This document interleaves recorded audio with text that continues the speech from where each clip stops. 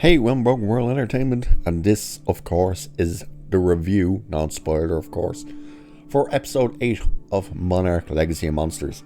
And this was an interesting one, mainly because we figure some more things out, and that, in fact, Shaw is trying to close the ways to the Hollow Earth for specific reasons, but it has unintended consequences.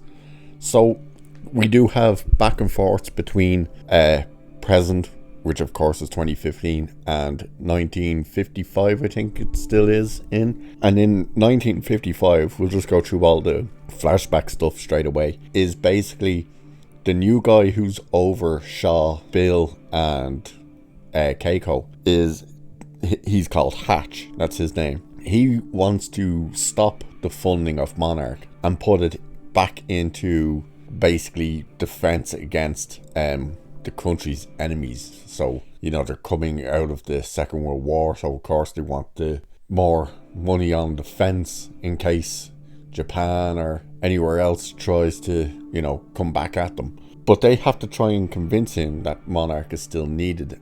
And he wants full proof of the existence of Titans, because he's even looking at the data going, oh yeah, this is all great and blah blah blah, it's nothing, how are we not seeing these things? So they're trying to figure out how they can prove the Titans are real and why they can't find them. And so Shaw comes up with the idea of, right, I need you guys to come up with a map where we have at least possible sightings and where we have seen them, and kind of dumb it down so they could present it to him.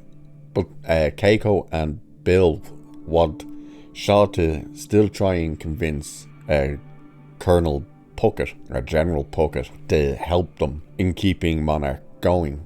And through all this time, the guy Hatch talks about Keiko, that she's got a little bit of juicy tidbits, as he put it, kind of claiming she was hiding a secret. And the secret is, of course, her son, who is Kate and Kintaro's father, who's I finally figured out what his name is. It's Hiroshi.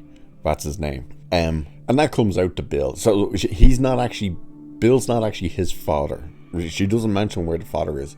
All she mentioned was that her mother was minding the child while she was trying to get enough money to get them visas and passports to come to the States. And she finally got that money 6 months ago to send over to the mother to bring them over to the States.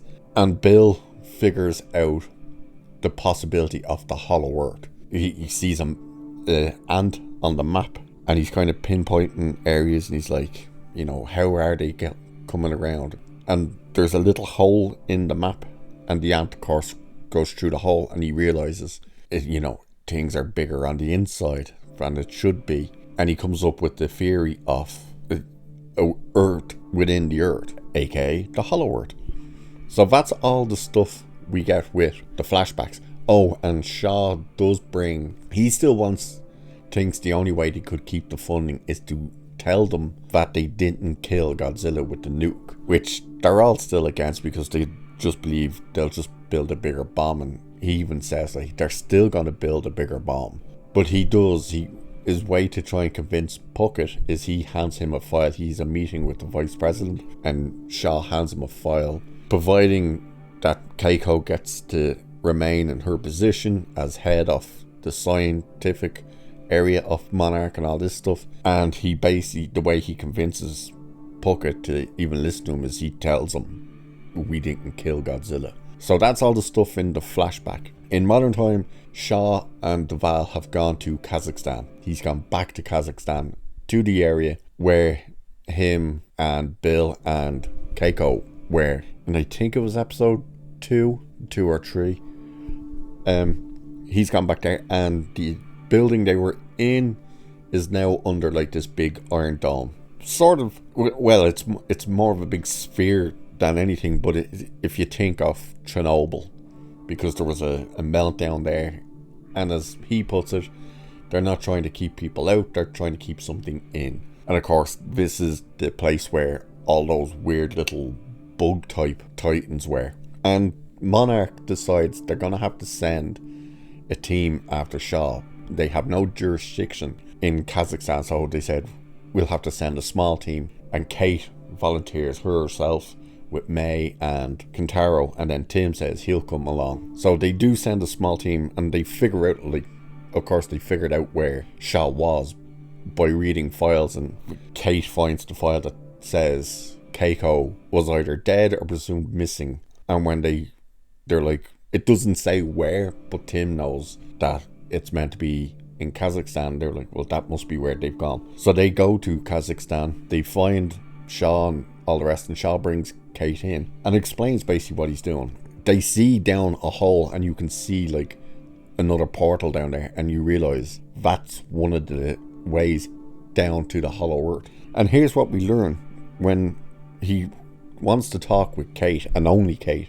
and he talks about her grandmother Keiko and whatnot, what they were doing, but basically he informs them that yes, he's actually been to the Hollow Earth, and that Godzilla isn't just mindlessly walking around causing destruction, that he's actually keeping balance, that Godzilla's main function is to keep everything that's in the Hollow Earth and keep everyone on the surface and not traveling to the Hollow Earth.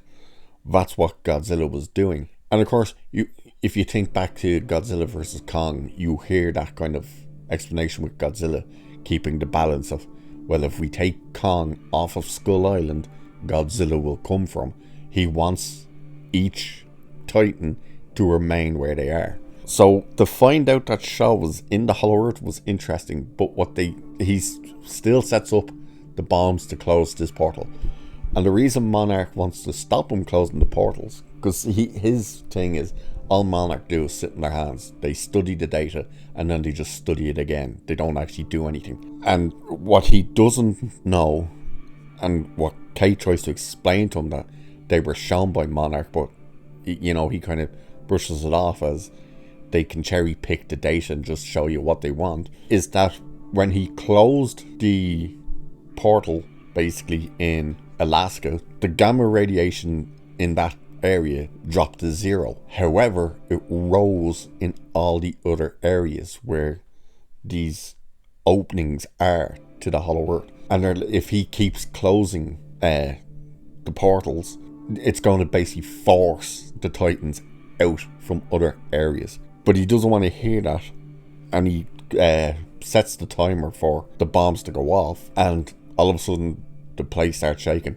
And one of what was a little bug thing is now this giant Titan. And we see that when they first, like Kate, Tim, Kentaro and May and the couple of people with them enter, Tim steps on what he thinks is like a giant bug or something, and they realize, oh, it's a shell, it's just the skin, it's the exoskeleton. And of course that's when they were like, well, you realize why animals shed skin like that is because they get bigger. So May falls into, when the Titan comes out, May falls into the hole. You think, is she dead? Because right after she falls out, this Titan comes out. But then Kate almost falls in, but Shaw grabs her, but what they're holding on to gives way, and they both fall into the hole. So they're going to end up in the Hollow Earth. Kentaro's a weird one, because Kentaro was sitting there staring at them, but the next thing you know is the bombs go off, and the last thing we see is everything starting to get sucked down into the portal, and that's where the episode ends. So it's kind of, that might have been just a bit of bad editing, the way, because Kentaro's sitting right there, and then the next thing you know, we're looking at the timer on the bomb, and it's like 5 seconds, and then kablam, I was like, did they forget to show him leaving? Or is he dead, or what? Or did he somehow, without us seeing, jump into the hole as well? We don't know. We'll have to wait and see. But that's the episode. I thought it was a decent episode. Push the story forward. It gives you a bit more information about when they started to discover the Hollow Earth. Tim says to Kate and Kentaro and May that when their grandmother supposedly passed away years and years ago, that Bill's explanations for where the Titans are and stuff kind of just start getting really weird.